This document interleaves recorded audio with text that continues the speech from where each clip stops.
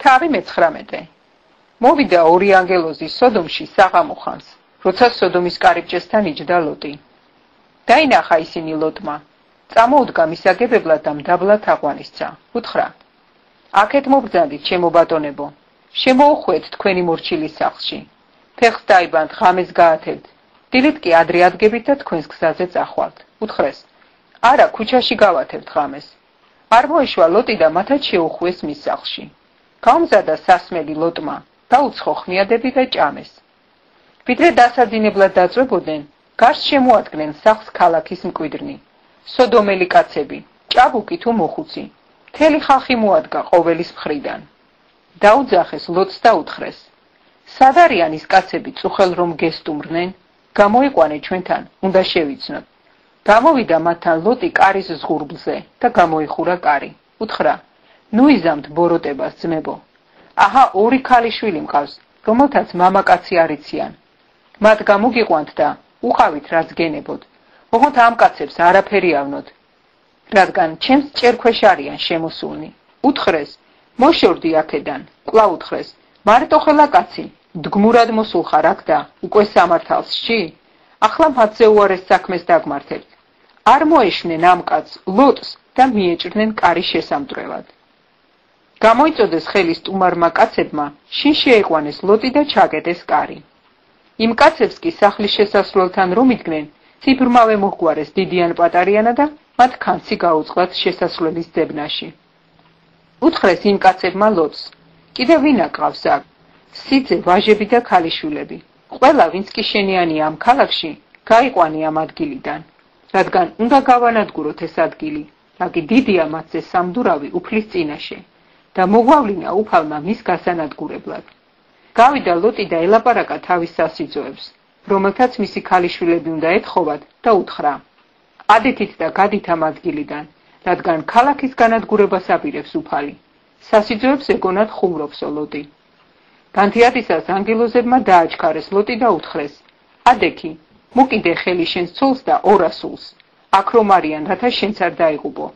ამ ქალაქის უკეთურების გამო. ფეხს ითრევდა ლოტი და იმ კაცებმაც, რადგან უფალმა დაინდო ლოტი, ხელი ჩასჭიდეს მის ცოლს, მის ორასულს, გაიყვანეს და ქალაქის გარეთ დააყენეს.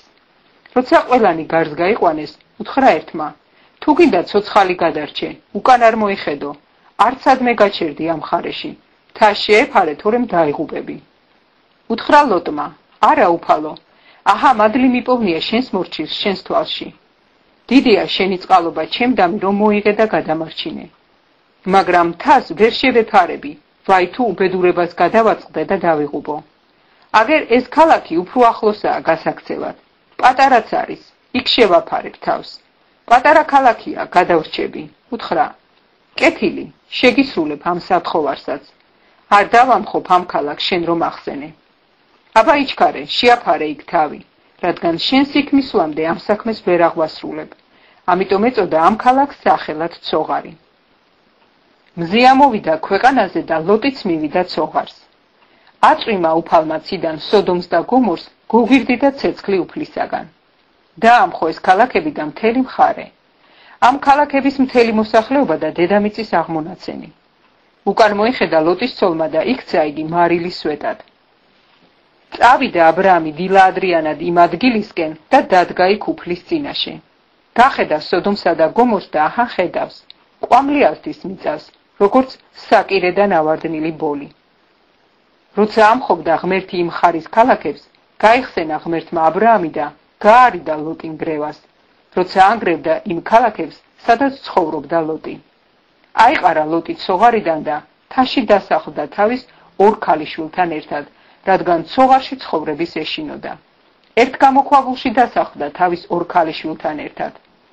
უთხრა უფროსმა უმცროს: მოხუცია მამა ჩვენი და კაცი არ არის ამ ქვეყანაში, რომ შემოვიდეს ჩვენთან, როგორც ქვეყნის წესი და რიგია.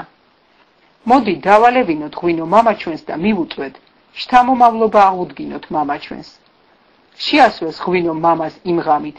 მივიდა უფროსი და მიუწვა მამას. ხოლო მამამ ვერც დაწოლა გაიგო მისი და ვერც ადგომა.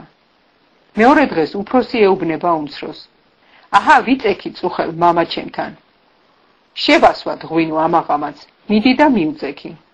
შთამომავლობა აღუდგინოთ მამა ჩვენს. შეასვეს ღვინო იმ ღამითაც მამას. ადგა უმცროსი და მიუწვა, ხოლო მან ვერც დაწოლა გაიგო მისი და ვერც ადგომა. დაორსულდა ლოტის 2 ასული მამისაგან. შვადზე უფროსმა და უწოდა სახელად მოაბი.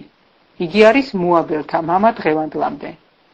უმცროსმაც შვადზე და უწოდა სახელად ბენყამი. იგი არის ყამონიანთა მამა დღევანდლამდე.